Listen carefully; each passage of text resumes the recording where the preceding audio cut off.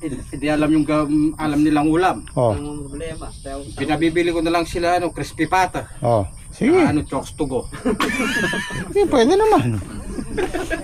At hindi na kayo nag-iisip. Nag-iisip pa sila kasi kaya Hindi nga, ikaw nga kasi high blood eh. Hindi pinapako ko na lang kasi bagong. Bayaw nila rin pa. Malakas din yung bago. O kamatis na. Raing bawal. Nasa 85% na yung tumubo ng sitaw natin. Konti lang yung huli pa natin dyan. Kung ganyan ang panahon hanggang mamayang hapon, tatanim na kami doon para mapuno na yung balag na to.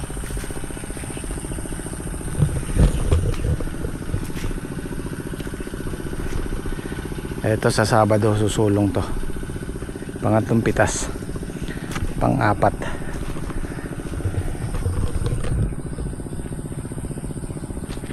At balita ko papataas na yung presyo ng sitaw. Ano, may pitas pa sila, may naiwan.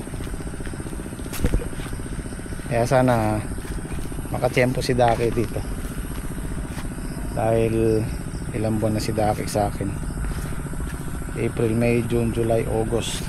5 buwan na. Hindi pa siya tumatama. Yung unang tanim nila kasi yung talong, hindi sila kumita ron. Pero pinapabali ko naman pang gastos nilang pamilya.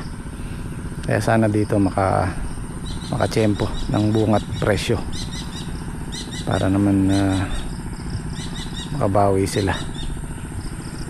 Kami para makabawi kami. Kaya yung sa dulo, 2 pitas pa, may bunga na rin yun. 2 pitas pa dito. Mga next week meron na rin yun. So pag nagsabayan, kaya yung laksa niyan. 10 bundle. At nga pala, yung pinagawa naming power tiller, pinagawa naming padwheel, okay na. Kukunin namin pamaya-maya. Dinaanan ko kanina nakalagay na yung padwheel niya.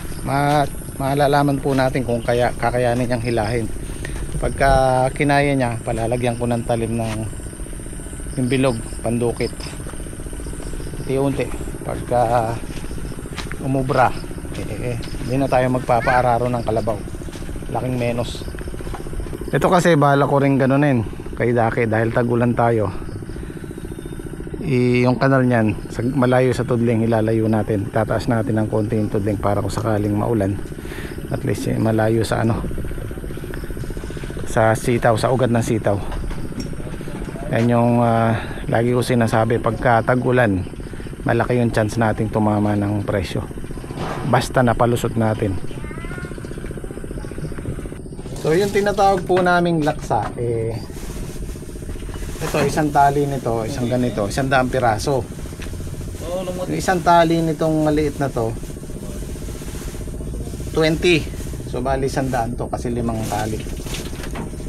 Tapos yung isang bundle 10 ganito. So 1,000 isang bundle, 1,000 piraso.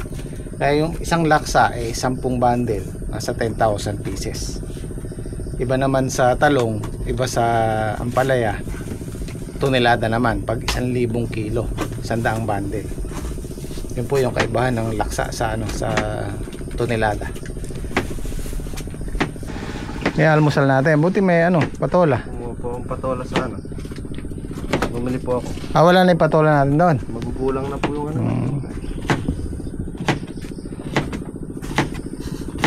Tumatawa ka, friend. Nagpapakyat pa si Joel Shoutout mo muna si Shoutout kay Boss Porky. Sino?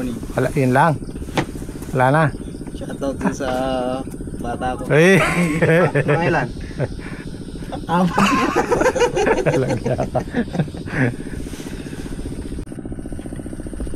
Ito yung gawin dulo na to. Hanggang dyan lang yung tumubo. Dito wala na. Itong 2 poste na to. Nasa mid to. Kung di nasa mid to, malalim ang pagkatanim. Paano tutubo? Wala palang buto. Mote. Ay, ito meron. Ayun. Tutubo siya. Ayun o. Nagkadikit-dikit lang sila. Medyo malalim nga.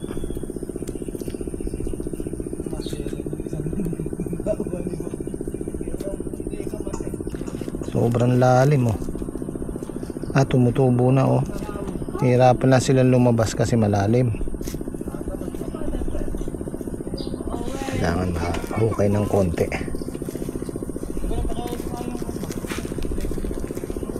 Yan.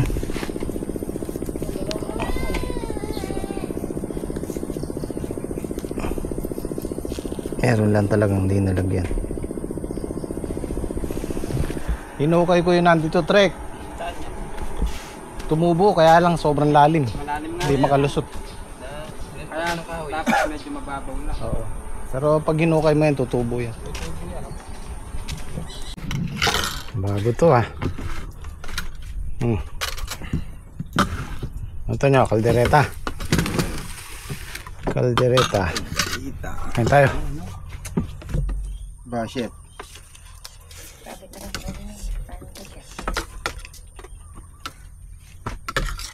Sayang. Sarap ah. Ikaw, ay, Ano? yung sandok, chef. Ayos, talagang improve na yung luto ninyo. Ay.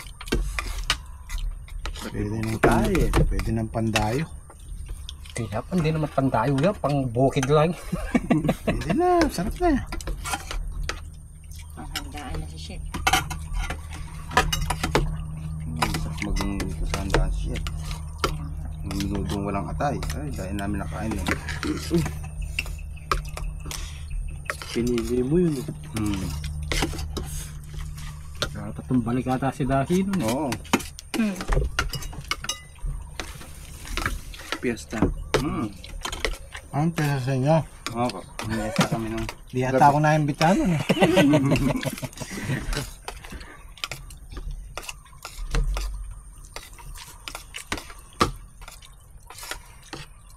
Ay ka. Ay, mahog.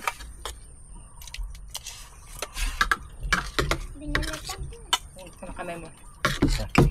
Pakari mo.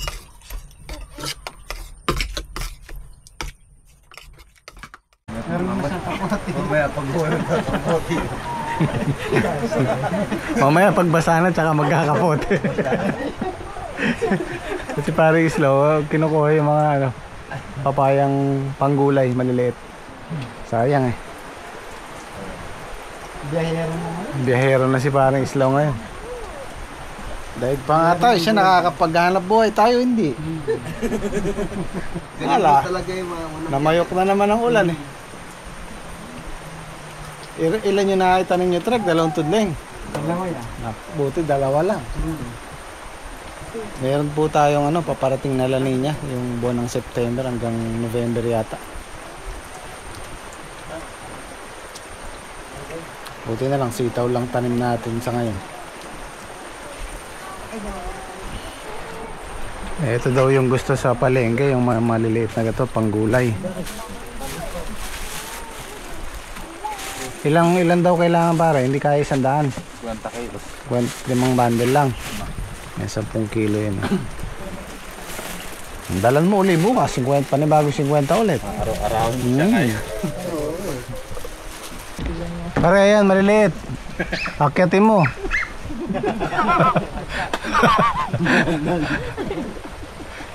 Yung papaya namin na to, 2 taon na yan. Ayun, may bunga pa rin. Oh. Yan yung unang tanim namin eh. Law! Law! Magbota ka, baka may ahas dyan. Baka may ahas dyan. Takot ka pa naman sa ahas. Ano ba yung nasa pabo na yan? Nakatingin nyo eh. Mamaya bubuli lang, tumalon pa yan eh. Hindi na nasa baba. Pinakuha ko na yung makina, testingin natin doon sa pagitan ni Daki kung kakayanin. Papagawa tayo ng kanal doon para diretso dito sa makina. Para pag maulang ganyan, higupin na lang ng makina. para hindi nag-i-stack. So sa ngayon focus muna tayo sa maliit na puhunan kagaya ng sitaw kasi nga maulan. Dito sa kabila, ito hindi natin pwedeng tamnan yan dahil yan ang mababa. Siguro by ano na yan, November o kaya December na yan, patag-araw. Parang yung talungan namin doon, hanggang ngayon may tubig, hindi pa rin natin pwedeng tamnan yun. Babawi tayo sa December or November pagka hindi na masyadong maulan. Alam ko November hindi na masyadong maulan yan, unless magbago yung ano, yung La Nina. Sabi kasi mula September hanggang November yung La Nina. Ito yung nakuha ni parang Islaw, yung binabagsak kanya sa palengke 50 kilos lang daw ang kaya. So 5 bundle lang to, dadalhin niya dun bukas ng madaling araw. Mas bukas ulit 50 kilos, hindi pwedeng maramihan. 10 piso po isang kilo niyan. So ito 10 kilo 100. Yan po ang halaga ng papaya. Maganda na pa yung presyo ngayon. Yung 10 dati 5 piso lang yan, bisan 2. Ganyan po kamura yung papaya. Kahit pahinugin mababa pa rin ang presyo. Boss, magandang hapon po. Kunin na po namin yung ano, umakin na. Yun eh. Ayos na. Alisin nyo ba yung padwell? Oo, sana po para... Doon nyo lang balok to tinagano pagkakabit nyo. Ay, dinagyan nyo na lang po ng sabat. Opo. Para hindi mahugot eh. Okay. Pinatatanong nga pala ni Tito Kuya kung meron po kayong ano, talim na bilog. Wala. Pangararo. Kaya ng ano yan? Kaya kamila ng talim na pang... Kaya siguro pag suluhan nyo. Soluhan, no? Yung pang sasablay lang na gano'n. Pansablay.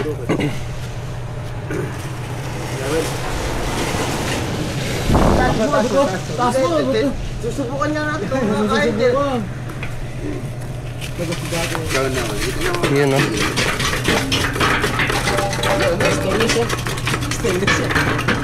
Isang araw po bumalik po si Tito dyan, baka magpagawa po ulit ng ano.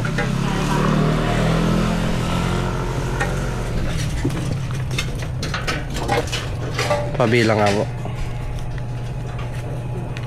Sakto po. Ayan. Thank you. Hindi, ako na po yan. Sabi po ni Tito. Salamat po.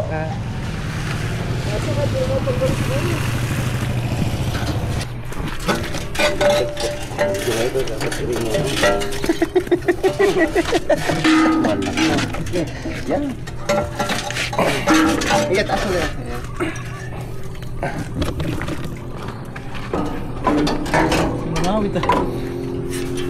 Yeah.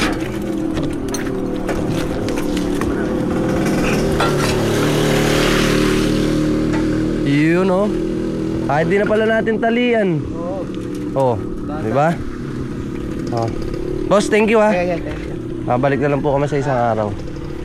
Okay. Maganda doon yung kung maipapalig na gano'n, pwedeng pandukit. Oo nga po. Yun nga po yung balak sana ni Tito eh. Tapos disulpak lang na gano'n. Opo. Tapos may isang guide. Opo.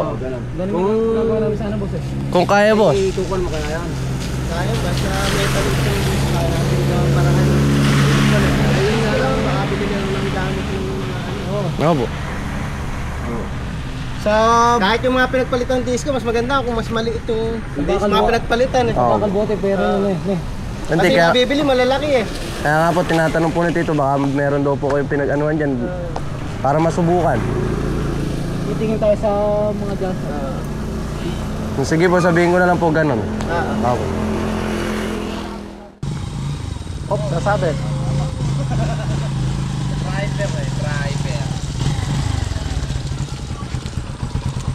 Meron daw?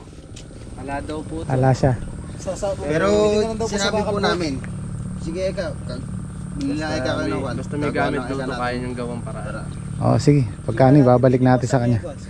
Babakal bote ba kami? Tinanong namin siya kung kayang hilahin yung ano, kaya daw to. Oo, yung talim ng tractor talaga yung bilog para madaling pandukit. Testingin natin. Ganda ng tindig. boss, pili mo yung boss. Banta nga, nakaitin ka. Ang laki ng gulo.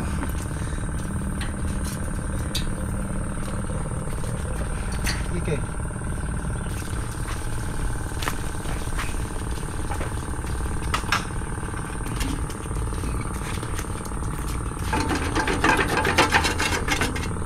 Baliktad nga ako, tiyan mo kanina yung arar, hindi nakadikit dito yun eh. Sabi ko sa'yo, baliktad. Makulit siya. Yeah! Sabi ko sa'yo. Ganon. Oo. Makulit siya eh. Di mo kasi tinitingnan kanina eh. Oh. Di ba? Yo! Nakuha mo sana yung lock. Andiyan boss. Oh, ganyan kanina yun eh. Ikaw talaga eh. Babaloktotin lang po yan. Malalam na kaya yan. Baka daw pumalaglag boss eh. Ayaw. Baloktot lang po ng bagya. Parang pagke. Tubo. Kahit martilyo. Baka pin. Oo, yung butang. Ayos ah. Oo, di ba? Ito guys ang plano ko. Papalitan namin to, palalagyan ko ng talim nung yung bilog para sa tractor talaga, pandukit. Kung kaya niyang hilahin to. Pag kinaya niya, papagawa tayo. Yes. Ayun ang kung di-adjust para pwedeng i-ano dito ng konti. Tigas sa Ay, hindi kakayanin yan.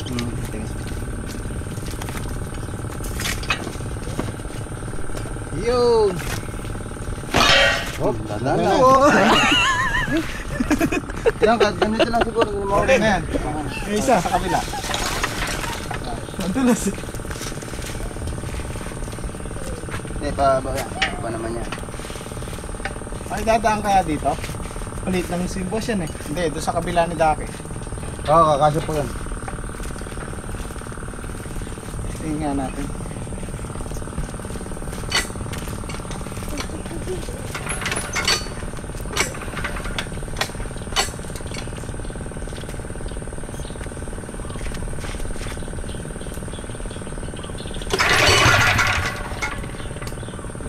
Gas mong konti. Todo naman yan. Malati yun. Yan.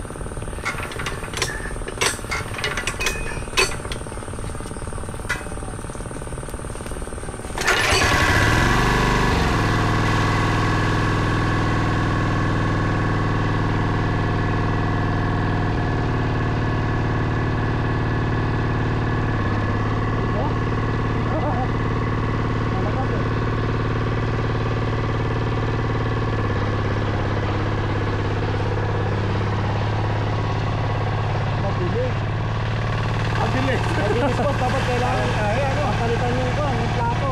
Papalitan yung plato. Kapag ka mabilis eh. At pa itataw. Hindi, pag nakabaon yan, hindi tatawag yan.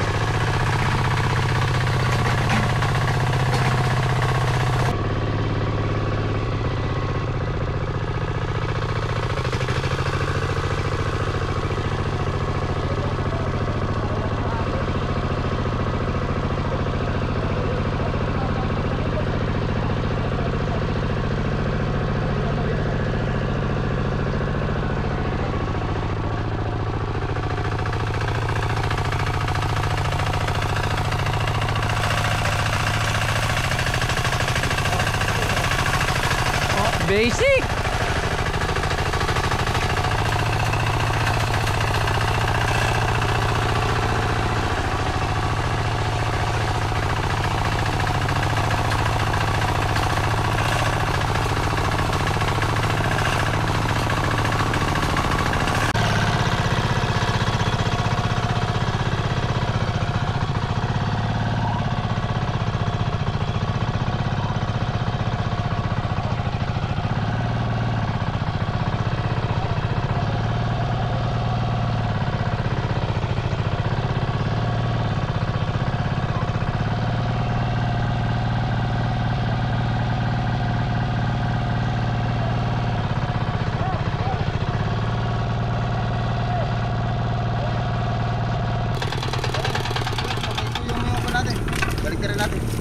Nabigyan niya kanina, balik na. Sabi niya ka hindi. Tama na yung kanina eh. Tama. Kung malambot Eh, tumikit ka kanina. makakaalis yan. Kakayot, Dahil babaon kukutot lang na, yan. kukutot. Babaon lang yan. Ano kay Patrick yung Then saka ano to guys, kailangan magpalit tayo ng pulya, masyadong mabilis. napapahin si High Boss speed eh. Sandali, Hihila eh. Hinga Kaya agad si kaya Boss ko eh. eh. Kaya yung may talim. Kaya yan. Baligtad lang yung ano. Eh, Patrick. Tabalog yan. May matep. Ika sa di ka king traktor. Yun yung mga bit papas eh. Ilan daw ang boss Eh, hindi kakayari. Babaluktot. Hindi, tama na kanina. Sabi ni Joel, mali daw eh. Babaluktot. Pero kung marang mapya ka. Hindi, manipis na nga yan. Manipis. Yan, babaon yan. Nang hindi na Alam makakaalis. ko nga, nakapalo. Baliktad yan. Ere pala doon. Oo. Kailangan yung ano nito eh. Baliktad yan. Dapat siya din yan. Patras. Oo nga, papaayos nga natin yan. So maiksi kasi ito, kailangan dito pa yan eh. Tapos yung di-adjust, pwede mong igilid, pwede mong gawin doon. Hindi niya pong gusto. Ang sabi naman, isalpak na lang ikang gano'n. Yung sinabi niya dun to sa ano, yung sa may bilog, kailangan disalpak lang. Oo, Niya sabi. kung meron siya, o kung meron tayong mabibili, pwede. Tumingin daw po tayo sa ano to, sa mga junk shop. Kung niya pare. Tingnan. Ito papalitan natin. Yung salpakan niya ng puno. Ay, oo. Iba. Iba yan. May pilit sa loob. Hindi naman katulad ng sa traktor. May pilit yung loob niya. Pilit. Pilit. Oo, yan. Ayo, Iba yan. Pwede naman palitan nun yan. pwede niya, may nabibili niya. May nabibili naman ganyan. Kahit yung gano'n ano. Meron niya. Kahit yan, pwede na yan. Mabilis eh. Hindi, maiksi lang yung ano, pamper. Kaya mabilis. Hindi, oo. Dapat mo. Pero kayang-kaya niya, basa pa yan, oh, kung medyo tuyo yan. Oo, yung malabo. Diba? Malabo. Kayang-kaya niya po. Baliktad pa yung paddle niya. Baliktad pa yung paddle. Baliktad. May low speed. Ito na yung low speed niya. Yung sagad dito, primera yan. Ah. Sa gitna, segunda yan. Ito high speed to. Back, ano yung backwards yan? Atras yan. Ay, atras na. Reverse yan, reverse. Ah.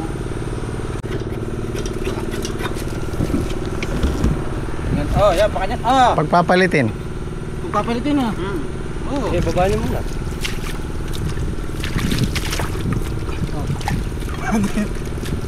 Okay. Ano yan biling eh? Ah. Pagmana ka niyan. Yan. Ay, pre. Titak pa. Titak pa eh, palintoy itang busbus. Yan. Sa gilid niya ba? Oh, yung isa. Harap.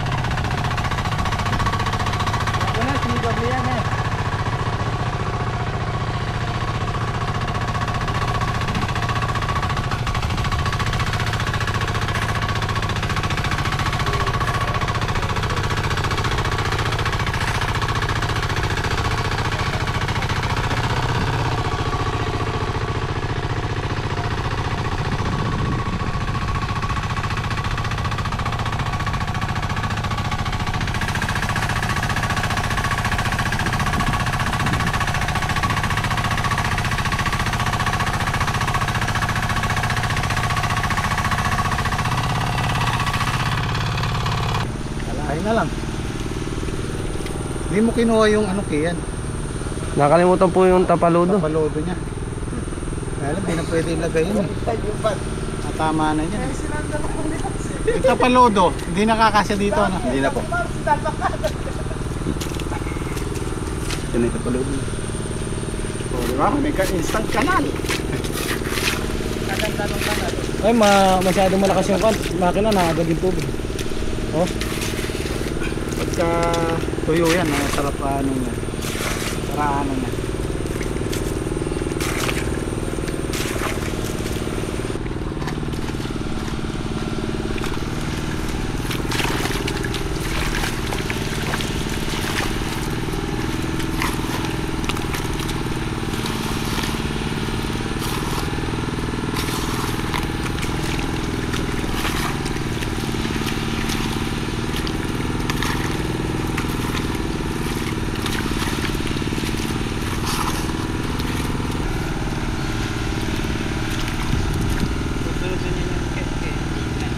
Talawihan mo lang yung battery.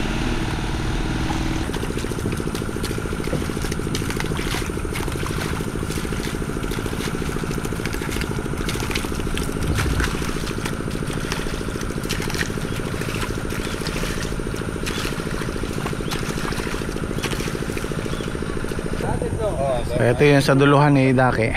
Ganda rin ng tubo. Pinabali namin para hindi masyadong mabilis umakyat sa taas. Ito kasi nasa taas na, isang bali lang. Meron na rin kanyunan yan, yung labasan ng bulaklak. Yan. Ayun. Mga 3 pitas pa dito siguro.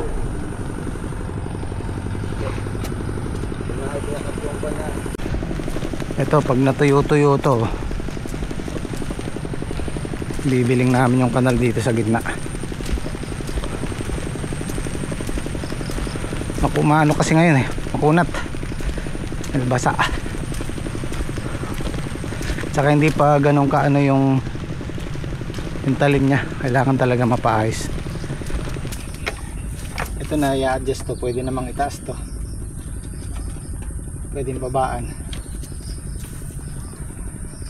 Ayan, buti na lang kasi nabanggit ko nung nakaraang vlog natin, balak-balak ko nang bumili ng kung di ko mapapaayos to ng sa halagang 15,000 pataas, bibili na lang ako ng bago. Yun na yung plano ko, yung pandukit talaga para sa tudling.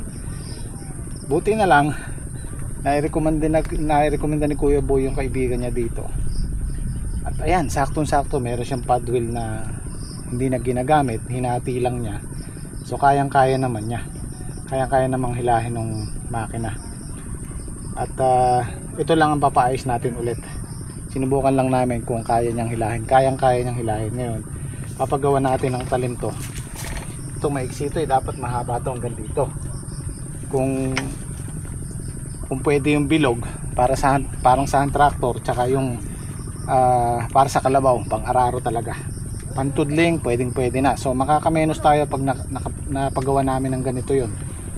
Kasi unang-una pagka land preparation, kailangan natin ng pantudling.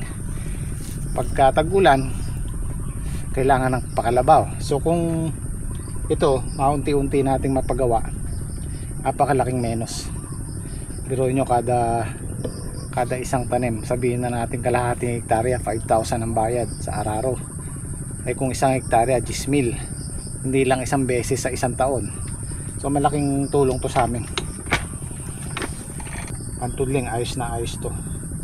Panggawa ng kanal, pwede rin. Okay, ayos. So hindi tayo nabigo sa plano natin. At least hindi na sayang yung makina, magagamit pa rin natin. So paunti-unti maano natin yung makina na yun, mapapaayos natin. Kailangan lang natin subukan kung saan siya maganda, kung ano yung maganda, para alam natin ipapagawa natin. Yung plano ko pa lamang bili nasa 40,000 hanggang 42. So nakamenos tayo, laki ng menos. Ang binayad ko dyan, actually ang usapan namin 3,500, binigyan ko na ng 4,000. So para makabalik tayo sakaling meron pa tayong paggawang ulit.